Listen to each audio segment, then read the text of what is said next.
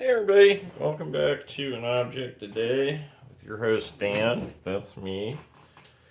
So today I thought, because we're still early in the show, let's play around with the format a little bit. I decided to challenge myself. I went over to the big rack of CDs that are in my house and picked out 10 picks from the 90s, let's call it, because they are in an order, and that order is whatever order this pile is in. And I'm just going to talk about each of these really quickly. So I went through and I challenged myself to find like my top 10 90s CDs from what were on the wall. It's not all the CDs that I have. I could have gone to the store too, but I think we got a solid list here. I'm not going to overthink it. So, start out. This is 94, 95. 95. Okay, so this is a little after Illmatic. I can't remember if this is before or after Do or Die by AZ. Infamous Mobb Deep. If you haven't heard this album, why haven't you heard this album? It's like pretty old by now, but it's just bangers front to back. Like, so many of these verses have just all timer lines. There's a reason why the beat to Shook One's Part 2 is like practically a cliche at freestyle competitions. And it has a distinctive feel versus a lot of the albums of the era, just because like a lot of the East Coast stuff of that time period, the big stuff, there's like 4 or 5 producers working on all of it, right? Like there's DJ Premier, Pete Rock, um, a few other guys floating around there, but this is mostly produced by Havoc, which gives it a distinct sound. It hits hard. It is maybe the bleakest gangster rap album ever recorded, and never got tired of it. So, on to number 2. I need to fix the case on this one, but Unrest, Imperial FFRR. FFRR is an abbreviation that used to be on a lot of records. It just means full frequency range recording. So if you look at old Rolling Stones records, a lot of them are going to say London FFRR. Unrest is kind of doing this as a joke. I think. Not sure that means anything.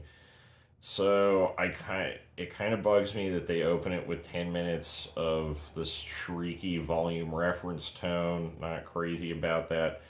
But after that, you just have one great alt rock song after another.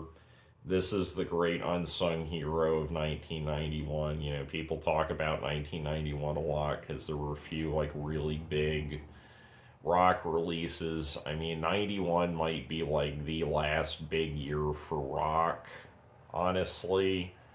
97 sort of comes close, but 97 is kind of like a winding down. 91 is kind of like the last thing where you sort of have a 1967 going on.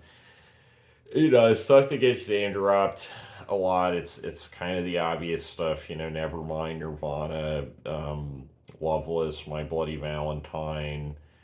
If depending where you're reading, Bandwagon Ask by the Teenage Fan Club.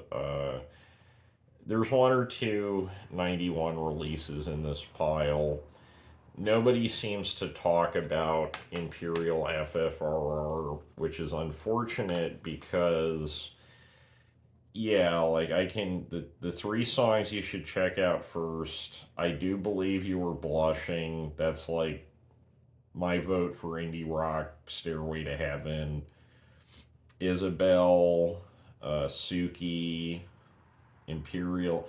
Honestly, pretty much all of it slaps. Find it, stream it, do what you gotta do. This is a great album. So, another 91 baby. Here's Screamadelica by Primal Scream. kind of a fusion record of Manchester kind of Stone Roses, Happy Mondays stuff with just straight up acid house club music. This is a druggy, weird record. It's got a vibe. Is there some filler on there? Probably, but it fits the vibe well enough. And like most good club records, you have that kind of feeling of like coming to a peak, and then sort of there's a little bit of a hangover at the end. Love this cover art. I forget what they put on the disc in this one. Okay, it's just the sun thing. And yeah, I would say Higher Than the Sun. There's a great kind of reworking of the 13th floor elevators slip inside this house on here. Yeah, like, you know, I don't know that I'd say it's like they're bad songs. They're a little weaker than the rest of the record. Damaged, and I want to say it's I'm Coming Down. I haven't listened to this in a few months, so but the classics are classics for a reason. So here's number 4 in our countdown. Not a 91 record. I want to say this is 94. Yeah, so this is 94. This is the second and last Diggable Planets record, Blowout Comb. Weird cover here. Looks kind of like a newsletter or something. You got, a comb, the titular Blowout Comb. This is the best jazz rap record of the 90s. The production on here is very ambitious, and it pretty much always hits the mark. You have some very complex, epic song structures. You have songs that go on for 7 minutes, and it feels right. Like Black Ego is one, Barocheck. There's a few of them on here. Doodlebug kills it on here. Both MCs are in peak form, and they have very distinctive styles that I think are like kind of. They're not the first ones to do any of the native tongues rapping style ticks, I guess you would say, but for my money, that they did it better than anybody, including Tribe Called Quest, Jungle Brothers, any of them. And this is a much better album than their first album. It kind of sucks that they didn't make a follow-up to this, but we have this. This is another one of those albums I can throw it on anytime, and I've heard it many, many times, and it's never got old. So, don't mind my cat there in the background. So we have number 5, Miseducation of Lauryn Hill. I probably don't need to say much about this album. If you haven't heard this, why? Yeah, you got obvious classics. The deep cuts are really, really good. Her singing voice has never been better. And this is about as good as she ever rapped. She kind of like burns very bright, very early, and then we never really got a proper follow-up to this. The only song on here that I usually skip is To Zion, but every other song is just killer. Even the slow R&B kind of stuff just slays. Nothing Even Matters with D'Angelo. That's a great song. When It Hurts So Bad, X Factor, Doo-Wop. I mean, it's just. I don't need to sell you this album. I'm sure that someone in your life, if they care about you, has tried to introduce you to that album already. So, so the next one is a little more obscure than Lauryn Hill. This is kind of a grower. I've had this album in one form or another for a very long time. And every time I play it, it gets a little bit better. Lyrically, this is one of the best albums of the 90s. Very subtle.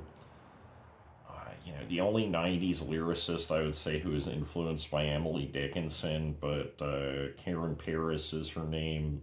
She wrote most of the songs on here. She just does it really, really well. They have like a budget here, so the sound kind of, they were, when this came out, when their major label albums came out between 91 and 95, a lot of the music press, as I found out over the last few days looking at old articles, were comparing this to like 10,000 Maniacs, Natalie Merchant, The Sundays. And I think it has that kind of like softened Smith's guitar tone to some extent.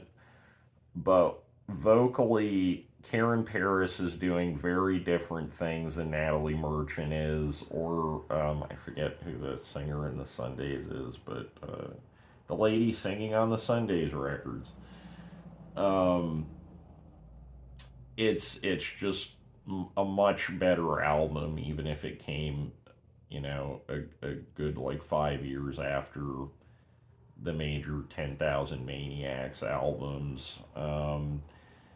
It's just every song on here is a great song. They're produced basically perfectly. There's some tonal variety here, which you don't get as much of on Birds of My Neighborhood or Umbrella, the albums that came before and after it. And yeah, you have like nice kind of, this is one of the last albums I can think of where it seems very much structured to have a side A and a side B. I usually like listening to this on cassette most. Um, and yeah, you have this very ominous kind of instrumental breakdown thing at the end of Happy the End. It almost reminds me of the Cocteau Twins a little bit because she just gets like in a much more ethereal space. Like there's kind of that 4AD female vocal with jangle sound, or I guess like it sort of branches off very early. There's like the 4AD kind of stuff like Cocteau Twins or like some of This Mortal Coil stuff. And then there's kind of like the slowed down version of the Bangles kind of thing, like the Friends theme song I would kind of put in there. And it's weird how they branch out. I would put this a lot closer to the Cocteau Twin side of things. But thankfully you can make out the lyrics because they are very nice lyrics. This is a hidden gem. You can still get this album very, very cheap. Can't recommend it highly enough. So this is a pretty obvious one. This is a deluxe reissue of the album, but Crooked Rain by Pavement. This is a lot better than any of the Nirvana stuff for my money. The lyrics are pure nonsense. The two guys who were kind of the master of the 90s like bullshit lyric, Stephen Mockmus, the guy singing on this record, and Beck, who is not on this record but came out with a record pretty soon after this that basically solidified that aesthetic. I can go into that later. Anyway, there's a lot of great stuff here, great flow to the album. This feels like something new, I think, more than a lot of the other stuff. It's this weird mix of like Big Star, The Fall, and REM maybe. I mean, I guess there's probably an REM influence on here. Great album, short, sweet, hits its marks. I'm sure somebody's already told you to look at that album, but I'm doing it again. Stakes is High, De La Soul. This is, I believe, the last De La Soul album for Tommy Boy. It's the first one without Prince Paul. They get a young Jay Dilla. He kills it. You know, they had such strong production on the De La Soul albums. Like, I'm always kind of up in the air which one I like, this one or the last Prince Paul album, in the album that came right before it, called Balloon Mind State. But this is just like, this is some of the hardest hitting bass sounds you're going to get on an album. Lyrically, this is the strongest De La Soul ever was. And it's just one banger after another. You know, like I'm looking for highlights to give you, and I could kind of list almost any of it. Once again, Long Island, great kind of like minimalist bass heavy production on that. It's so good. Dog Eat Dog, um, It's So Easy, which was the single. Sunshine, the title track. It's all really good. Go listen to it. I know a lot of people kind of stop after 3 Feet High and Rising. 3 Feet High and Rising, I would say, like out of the first four De La Soul albums, I would rank them this, Balloon Mind State, 3 Feet High and Rising, and then De La Soul Is Dead. So you're missing out, is what I'm saying. So here's Cat Power, What Would the Community Think? There are other Cat Power albums that are basically like, she's pretty consistent with her stuff. This has a few favorites, so that's why I picked it. Matador was kind of killing it in the 90s. A lot of crazy cool stuff coming out on Matador around then. Nude is the News, great song. You know, good mixture of tone. She can get kind of intense, but she doesn't sound like Alanis Morissette. Like, she sounds a lot more kind of serious and dignified than Alanis Morissette. Great piano playing, minimal instrumentation, but it's kind of all. The songs are strong enough where they don't need a lot of stuff in them. In a weird way, like with that, it kind of reminds me of like early Neil Young. Like, it's well produced, but he's not like doing any kind of crazy, like, you know, sleight of hand tricks in the studio. It's just solid stuff. Air, Moon Safari, one of the best produced albums I've ever heard. I use this to test out stereo systems a lot because you have a pretty good range of tones, and I know how good they can sound, and then I compare that with how good does it sound on whatever I just threw the CD into.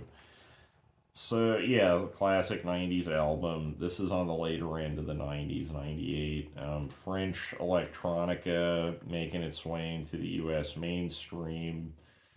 You know, this kind of unfortunately came to define like Starbucks pop, I guess you could call it, but this never got sold at a Starbucks.